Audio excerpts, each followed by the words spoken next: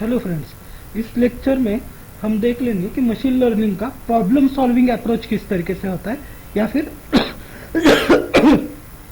Problem solve किस तरीके से हम करते हैं वो देख लेंगे हम मशीन लर्निंग के साथ। ओके, तो उसके लिए डेटा की अंडरस्टैंडिंग होनी चाहिए, डेटा रिव्यू होना चाहिए, डेटा लार्ज डेटा है, मॉडल सिलेक्शंस क्या है, मीन्स आपको सॉल्यूशंस क्या देने हैं, अल्टरनेटिव सॉल्यूशंस क्या है, वो भी आपके पास होनी चाहिए। तो फर्स्ट होता है स्टार्टिंग द एग्जीक्यूशन टाइमिंग। आपका एग्जीक्यूशन टाइम क्या है उसके ऊपर डिपेंड है। जैसे कि अभी एग्जीक्यूशन टाइम किसके ऊपर डिपेंड रहेगा, आपका डेटा सेट क्या है, आपके डेटा सेट की साइज क्या है, large number of the data है तो उसकी साइज भी क्या रहेगी, लार्ज ही, एग्जीक्यूशन टाइम भी क्या रहेगा, लार्ज ही रहेगा।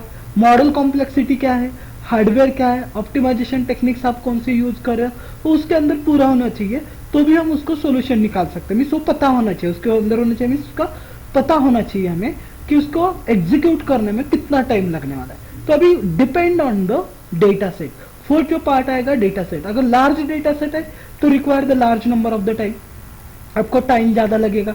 उसके लिए मगर अभी टाइम कम करना है तो टाइम कम करने के लिए क्या करना पड़ेगा, रिड्यूस द डायमेंशनल रिडक्शंस करना पड़ेगा। अभी डायमेंशनल रिडक्शंस करना मीन्स क्या करना है, डायमेंशनल रिडक्शंस करने मीन्स आपके जो भी अननेसेसरी पार्ट है या फिर रिपीटेड जो थिंग्स हो रहे हैं जिसको हम ओवरफिटिंग बोलते हैं, अगर ओवरफिटिंग हो रही है तो उसको कम कर देना। उससे क्या होगा, आपके डेटा की साइज जो है वो साइज कम हो जाएगी और एग्जीक्यूशन टाइम जो है, एग्जीक्यूशन टाइम बढ़ जाएगा आपका।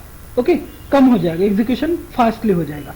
नेक्स्ट है model complexity. Model means problem किसके ऊपर है उसके ऊपर आप वर्क कर सकते हो। ओके, सिंपल मॉडल्स यूज करना है, जैसे कि linear regression is an train the faster but may be the undrafted complex data. Undrafted complex data के ऊपर वर्क नहीं करता, तो कॉम्प्लेक्स डेटा कौन से किसके ऊपर वर्क करेगा, इधर रैंडम फॉरेस्टिंग या फिर न्यूरल नेटवर्क। आपको एक तो रैंडम फॉरेस्ट यूज करना है या फिर आपको न्यूरल नेटवर्क यूज करना है, तो उसके जरिए हम लार्ज डेटा के ऊपर वर्क कर सकते हैं। तो मॉडल कॉम्प्लेक्सिटी यहाँ पे solution, balance the model capacity and performance needed. जो आपको बैलेंस है उसको मेंटेन करना पड़ेगा, मेंटेन करके ही वर्क करना पड़ेगा। नेक्स्ट है हार्डवेयर। हार्डवेयर में क्या होता है, हार्डवेयर कौन से लगने वाले, तो सीपीयू क्या वर्क कर रहा है, जीपीयू क्या वर्क कर रहा है, आपका टीपीयू किस तरीके से वर्क कर रहा है, suitable the similar data set to the smaller model.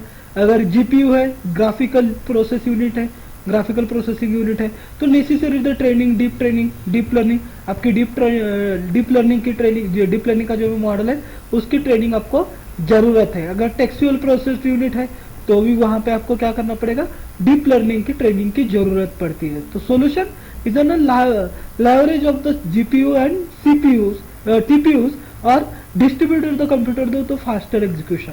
आपको क्या करना है, एग्जीक्यूशन जो है वो एग्जीक्यूशन फास्ट कर सकते हो, तो इसके लिए फ्रेमवर्क और लाइब्रेरी कौन सी यूज करना है, तो उसके लिए आप अगर डीप लर्निंग का यूज कर रहे हो तो डीप लर्निंग के लिए हमें टेंसर फ्लो, पाइट्रेक या फिर सिस्कैट लर्न, ये लाइब्रेरी हम उसके जरिए यूज कर सकते हैं। एल्गोरिथम सॉल्यूशन कौन से एल्गोरिथम्स यूज कर सकते हैं, some algorithm as an interesting internally faster, जैसे कि लॉजिस्टिक रिग्रेशन है, ग्रेडियंट बूस्ट ट्रीज है, ये हम वहां पे यूज कर सकते हैं। तो बेसिकली ग्रेडियंट ट्री या फिर बैलेंस आपको एल्गोरिथम भी वहां पे यूज करना पड़ा है। तो उसके लिए प्रोग्राम देखते हैं, प्रोग्राम के जरिए हम टाइम एग्जीक्यूशन किस तरीके से होता है। तो ये मैंने टाइम नाम का लाइब्रेरी ले ली जिसके जरिए मेरा जो भी काउंटिंग टाइम है वो कितना लगने वाला है वो मुझे पता करना है। तो यहाँ पे मैंने टाइम नाम की लाइब्रेरी ले ली, उसके जरिए from sklearn dot assemble random forest algorithm use कर रहा हूँ मैं, रैंडम फॉरेस्ट क्लासीफायर। उसके बाद डेटा सेट लिया है, मेक द क्लासिफिकेशन वर्क करना है, generate the semantic data set, semantic generate data set हो गया, उसके लिए एक्स और वाई एक्सिस ले लिए। उसके ऊपर make the classification, n samples, samples कितने मेरे पास 10,000 सैंपल्स है, बराबर है 10,000 मेरे पास क्या है सैंपल्स है, सॉरी 1 लाख सैंपल्स है वहां पे। तो 1 लाख सैंपल्स है, तो अभी ये वर्क कैसे करेगा, तो is an large number of data set, तुझे उसको क्या करना पड़ेगा, फैक्टर्स 20 फैक्टर्स और रैंडम स्टेटस कितने लेने में 42, मीन्स मैंने यहाँ पे रिड्यूस कर दिया डेटा को। उसके बाद मेजर द एग्जीक्यूशन टाइम, आपको टाइम स्टार्ट करना है और एंडिंग टाइम क्या है वो मेजर करना है। उसके लिए मैंने फंक्शन यूज कर दिया time dot time function. Train a model, model को ट्रेन करना है तो रैंडम क्लासिफायर से कर दिया, फिट एक्स एंड वाई, बाद में एंड करना है, एंडिंग टाइमिंग जो भी होगा वहां पे एंड आ जाएगा और वो टाइम मुझे प्रिंट चाहिए। एग्जीक्यूशन टाइम जो भी है वो टाइम क्या होना चाहिए, मुझे प्रिंट करके चाहिए। तो मैंने यहाँ पे चालू कर दिया F is an floating execution time, and time कितना है, तो and time minus start time. Floating में दोनों में से माइनस होना है, स्टार्टिंग कहाँ से होनी है, एंड से कहाँ होना है, रिमेनिंग जो है मेरा एग्जीक्यूशन टाइम में आ जाएगा सेकंड्स के अंदर। तो मैंने इसको रन कर दिया। रन करने के बाद वो execution time across approximate 15 second to 55 second लगाता है। 55 टू 58 सेकंड्स तक आपका क्या होगा, वो एग्जीक्यूशन लगाएगा। वो इसके ऊपर टाइम बताएगा कि आपको 55 सेकंड्स लगे या 58 सेकंड्स लगे, 1 मिनट लगाए या फिर उससे ज्यादा टाइम लगाए, वो आपको वहां पे क्या किया जाएगा, शो किया जाएगा। तो इधर ना एग्जीक्यूशन टाइम, हम टाइम कंजम्पशन देख सकते हैं, टाइम किस तरीके से वर्क होता है, या फिर टाइम को हम कितना टाइम, एग्जीक्यूशन टाइम कितना लग रहा है। तो उसके लिए हमने उसकी प्रॉपर्टी भी देख ली, कौन सी प्रॉपर्टी होती है उसके अंदर। पहला था डेटा सेट का, सेकंड था मॉडल कॉम्प्लेक्सिटी, थर्ड था हार्डवेयर कौन सा यूज कर रहे हो, इतना कॉम्प्लेक्स उसके आर्किटेक्चर, उसके लाइफ साइकिल बोल सकते हैं, या फिर हम उसके टर्म्स स्टेप्स बोल सकते हैं। इस स्टेप्स से हम हमारा टाइम एग्जीक्यूशन देख सकते हैं। अभी जैसे ही उसका टाइम खत्म हो जाएगा, वो आपको एग्जीक्यूशन टाइम दोनों में से माइनस हो जाएगा, start time minus and time. और फ्लोटिंग में मुझे पॉइंट में चाहिए, जैसे कि 1 मिनट 15 सेकंड, तो फ्लोटिंग में आ जाएगा। तो उसके अंदर मुझे क्या चाहिए, उसका आउटपुट शो होना चाहिए। तो वो आउटपुट हमें यहाँ पे शो किया जाएगा। जस्ट अ मिनट, वो आउटपुट आ रहा है। ओके, यहाँ पे हमारा टाइम आ गया। एग्जीक्यूशन टाइम इज ना 64 सेकंड्स एंड 0.04 सेकंड्स आ गया। 64.04 second is an execution time. ये हमें एग्जीक्यूशन टाइम यहाँ पे मिल गया। जो भी हमारा प्रोग्राम है या फिर एल्गोरिदम्स है, उस एल्गोरिदम को एग्जीक्यूट करने के लिए यहाँ पे हमें क्या मिल गया, उसका टाइमिंग मिल गया। उस टाइम के हिसाब से हमें भी रन करना। अगर कॉम्प्लेक्सिटी ज्यादा है, डेटा ज्यादा है, तो उसके ऊपर आपका एग्जीक्यूशन टाइम भी क्या हो जाएगा, बढ़ जाएगा। उसके बाद है इंटरप्रेबिलिटी। Interpretability is in machine learning refer to the ability to understand and explain how a model make the decision।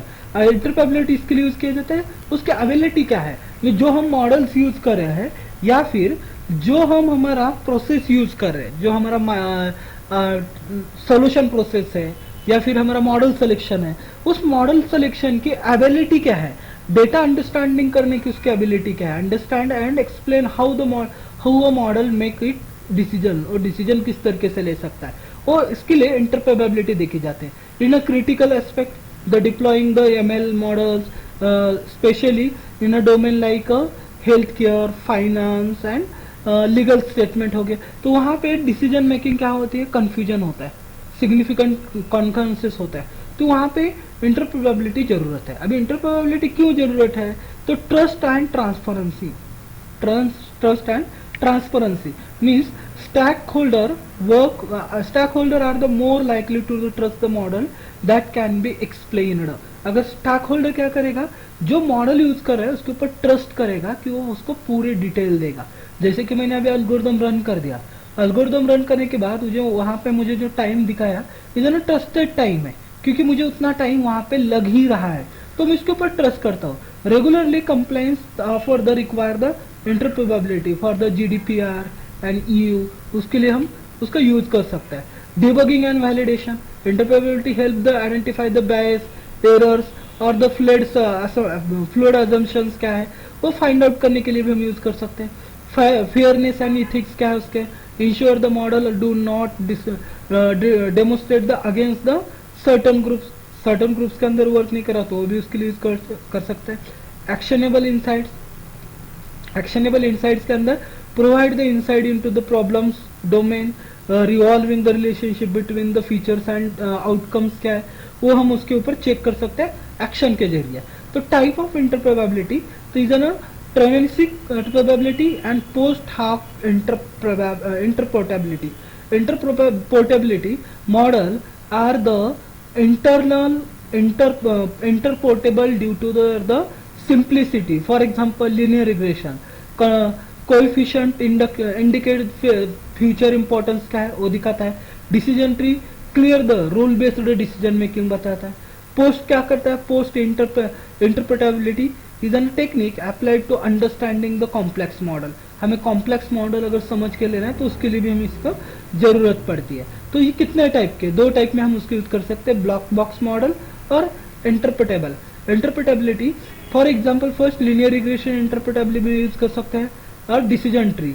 और ब्लैक बॉक्स देख लो तो न्यूरल नेटवर्क, क्योंकि 1 बाय 1 लेयर्स है, आउटपुट जल्दी नहीं आएगा, एक लेयर अगर आखिरी तक लेयर खत्म हो गए तभी आपको आउटपुट आएगा। या फिर रैंडम फॉरेस्ट है। फ्रीक्वेंसी ट्रांसपेरेंसी हाई है, ब्लैक बॉक्स में लो ट्रांसपेरेंसी है। Accuracy may be lower for the complex problems है, और often the higher for the complex problem है। इजी ऑफ एक्सप्लेनेशन, इजी है, लेकिन ब्लैक बॉक्स कैसा है, डिफिकल्ट टू अंडरस्टैंडिंग है, या फिर एक्सप्लेनेशन के लिए वो डिफिकल्ट जाता है थोड़ा सा। ओके, टेक्निक्स क्या है इंटरप्रेटेबिलिटी की? तो पहली है फ्यूचर इंपॉर्टेंस, उसके फीचर्स इंपॉर्टेंट कौन से, identify how much features contributed to the model productions, आपका जो भी डेटा है उस डेटा के कौन से फीचर्स है जो कि हमें प्रोडक्शन करने के लिए जरूरत पड़ते हैं, जैसे कि कोएफिशिएंट क्या है उसका लीनियर मॉडल का, प्रोडक्शन इंपॉर्टेंस क्या है उसके, मैं प्रोडक्शन किसके ऊपर करो, जैसे कि फॉर एग्जांपल ले लो प्रॉपर्टी है, प्रॉपर्टी के ऊपर रियल इस्टेट है, रियल इस्टेट की प्रॉपर्टी इसको हम प्रोडक्शन कैसे दे सकते हैं? तो उसके लिए प्रोडक्शन देने के लिए हमें क्या चाहिए, इन्वायरमेंट। इन्वायरमेंट मीन्स अभी जो इन्वायरमेंट मीन्स रेट जो चल रहे हैं उसके ऊपर हम प्रोडक्ट कर सकते हैं, means coefficient for the linear model, production importance क्या है, tree based features importance, random forest क्या है, और the gradient based boost trees क्या है वो हम चेक कर सकते हैं। बाद में पार्शियल डिपेंडेंसी और पोलेट कौन सा है, तो visual the relationship between the feature and the target while the marginless or the other features, उसके विजुअलाइजेशन रिलेशनशिप क्या है वो भी हम उसके अंदर चेक कर सकते हैं। SHA means shapely एडक्टिव explanation, shapely एडक्टिव्स means आपके उसका assign the each feature on the importance value of the specification production. आप स्पेसिफिक प्रोडक्शन दे रहे हो तो उसमें की हर एक एक्शन या फिर हर एक फीचर जो है इज एन इम्पोर्टेंस वैल्यू है। Work on the any model, कोई भी मॉडल के ऊपर वर्क कर सकते हैं। Provide the both global and local interpretability. LIME means local interpretable model against the explanation, means explain the individual productions by approximate the model locally with an interpretable surrogate model। आपका individual वहां पे क्या करना है, आपको explanation देना है, तो उसके लिए हम उसको यूज करते हैं। उसके बाद मॉडल स्पेसिफिकेशन विजुअलाइजेशन है, फ्री बेस्ड मॉडल यूज करो मीन्स विजुअलाइज डिसीजन ट्री, या फिर आपको नेचुरल न्यूरल नेटवर्क यूज कर सकते हो, तो उसके लिए like grim cam for the visualizing the part of the image recognization के लिए हम उसको यूज कर, इमेज इन्फ्लुएंसिंग प्रोडक्शंस के लिए यूज कर सकते हैं। उसके चैलेंजेस क्या है, उसका चैलेंज है trade off between the accuracy and interpretability. Trade off है, ट्रेड ऑफ मीन्स क्या होता है, interpretable model like a linear regression में underperform the compare to the black box model like a neural network. अगर model complexity है तो as an model become a more complex, as an model become a more complex. तो उसके challenges क्या है, understanding the there the decision making, उसके decision making क्या है वो अंडरस्टैंडिंग करने देने चैलेंजेस है। स्केलेबिलिटी क्या है, इंटरप्रेटेबल टेक्निक्स में not be the scalable well the high dimensional data, high dimensional data के लिए वो स्केलेबल नहीं है। जैसे कि फॉर एग्जांपल अभी यहाँ पे मुझे क्या करना है, शेप निकालना है, शेप मीन्स डायरेक्शंस निकालने, मुझे किस तरीके से वो वर्क होगा, मतलब डायमेंशन कैसे निकालना है, using the random forest classifier. अभी जो हमने आउटपुट देखा था वही है। तो लोड करना है data, iris data means random data हमें क्या करना है, लोड करना है। तो लोड कर दिया है, ट्रेन हो गया डेटा, तो शेप निकाल दिया, X and Y axis, data dot data comma data dot target क्या है। उसके बाद मॉडल रन करना है आपको, model dot random foresting classifier, और मॉडल फिट करना है X and Y. Explain the model productions, आपके मॉडल प्रोडक्शंस आपको एक्सप्लेन करना है। Explainer the shape tree explainer, बाद में आपका शेप एक्सप्लेनर, और उसको विजुअलाइजेशन करो। विजुअलाइजेशन करने के बाद वो प्लॉट आपका क्या हो जाएगा, ड्रॉ हो जाएगा। तो is N process of the problem solving approach in the machine learning. ये मशीन लर्निंग का आपका प्रॉब्लम सॉल्विंग अप्रोच है, इस तरीके से क्या करता है, वर्क करता है प्रॉब्लम सॉल्विंग अप्रोच के साथ। ओके, तो नेक्स्ट लेक्चर में हम नेक्स्ट टॉपिक डिस्कस कर लेंगे। Thank you.